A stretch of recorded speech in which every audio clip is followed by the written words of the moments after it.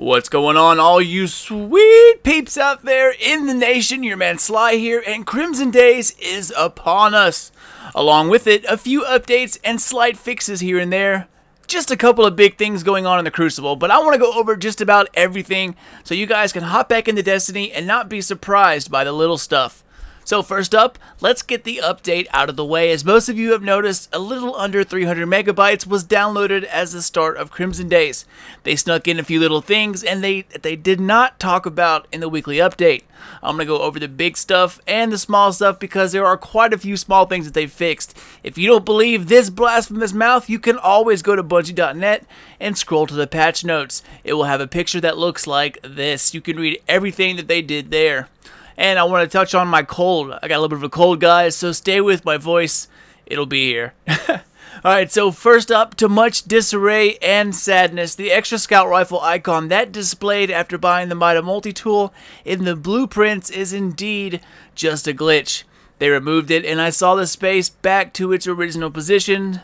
Sadness, so there is indeed no exotic out there waiting to be found. Also, who wants to hear about the only viable pulse rifle in the Crucible getting an even greater nerf? That's right, guys, all Hake pulse rifles were nerfed again. I'm assuming it's because of the extra bullet they fired. Bungie didn't go into much detail, of course, but damn, I use the Herja D a lot, and it was in no way exceptional. So now, what makes Hake pulse rifles great, the extra bullet fired, is now a completely wasted effect. You will do just as much damage as a 3-round burst pulse rifle. What the boo? And as a lot of you might have noticed, they fixed the drop rates for the Vienna Singer legendary ship. It has a chance to drop with the Black Spindle, and your chance is now even greater. They increased the drop rates for those by a lot. Next, the dreaded Nightfall. 2 words, less ghosts. They finally tweaked, and I'm going to say tweak, not fixed, the massive amounts of ghosts falling from the Nightfall. I still seen 3 drop in my 3 runs, so ghosts are definitely still there. Don't get too excited about that. Okay, so now let's move on to the raid, King's Fall.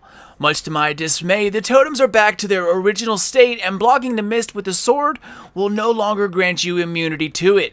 If you have no idea what I'm talking about, check out the description box below for this movie. You will see exactly what they fixed. Also, to make sure that this does not happen again, they reset the blocking of the sword so you still die by the mist, and if you stand underneath the totems for more than the countdown allows, regardless if you have the aura or not. So just watch out for that, guys, and make sure to trade the aura appropriately. They give you plenty of time, so no need to rush, but don't linger just in case. Also, in the raid fixes is a glitch that with the camera gets stuck while exiting third-person view for the aura holder and teleporting ogres.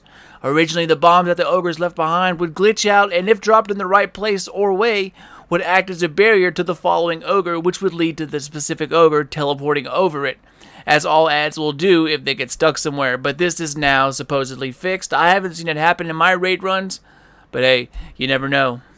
Alright guys, that was pretty much it for the PvE side and the weapons. Let's move on to the Crucible and PvP. As you can now see, Crimson Days bounties have taken over Shaxx's bounties for this week-long event, but the bounties will stay at the top of his inventory when it's over. Also, they fixed the issue where the quest, complete a match with 6+ auto rifle kills, was not properly registering. This is now also fixed, and the temporary patch they introduced is now removed so you can turn it in accordingly. Next up, the damage referee is now enabled in the control playlist only. In short, damage referee is a more extreme measure against lag. Pretty much Guardians with good connections should have an amazing game.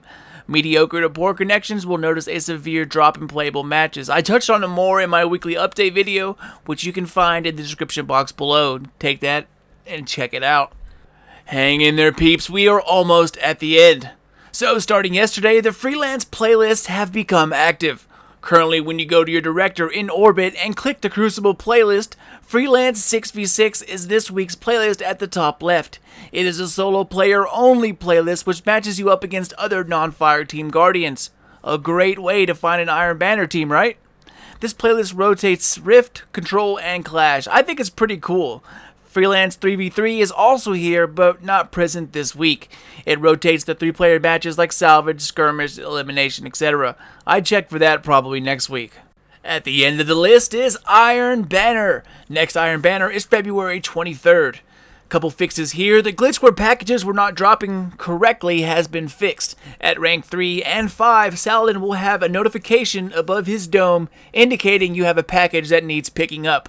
No longer will you find out you have a package flying in space and obtain it 3 days later when you log back into that specific character. Also, if the last couple of days Iron Banner weren't easy enough to rank up in, they increased the win rep by 20% from 50 to 60 points per match. Lastly, there was a small chance that you could land in a losing match after it has already ended with seconds left. This has also been fixed. You can no longer enter a losing match at the very end of it. Last and final, some map fixes. You can no longer hop up on the giant tree root in Crossroads so you can get the bird's eye view over everyone. And in the Timekeeper, they moved the overtime objective to a better position for elimination, and then removed some dynamic objects to help the flow of things. Dynamic objects are pretty much things that can move, like crates, bombs, rotating walls, stuff like that. I haven't personally checked it out yet, but it couldn't have been all that much as there wasn't that much stuff that moved in there. And it is the end! Woo! Dude, update videos are long, and they are the worst ones that I have to make. At least in my opinion, but they are a necessary part of an evolving game and to keep matches and their gameplay in line. Like I said, there were a few things I didn't mention, but it involves really small stuff. It doesn't involve gameplay. It's all just like displaying numbers correctly or in the right area, stuff like that. Nothing major. Check it out at Bungie.net to read it in its entirety if you so wish to do so. But that's all she wrote, homies. Thanks for taking part in my Destiny lecture. Enjoy Crimson Days. If you can, which is another matter I'll be making a video on at the end of this week, and it might just be my first negative video I've ever made about Destiny. So let's see if some playtime will convince me, but I'm out, guys. Check me out on Twitter if you want to keep up to date with everything on Sly Nation. I will see you all in the next one, and this is your man Sly. Done, gone, and out.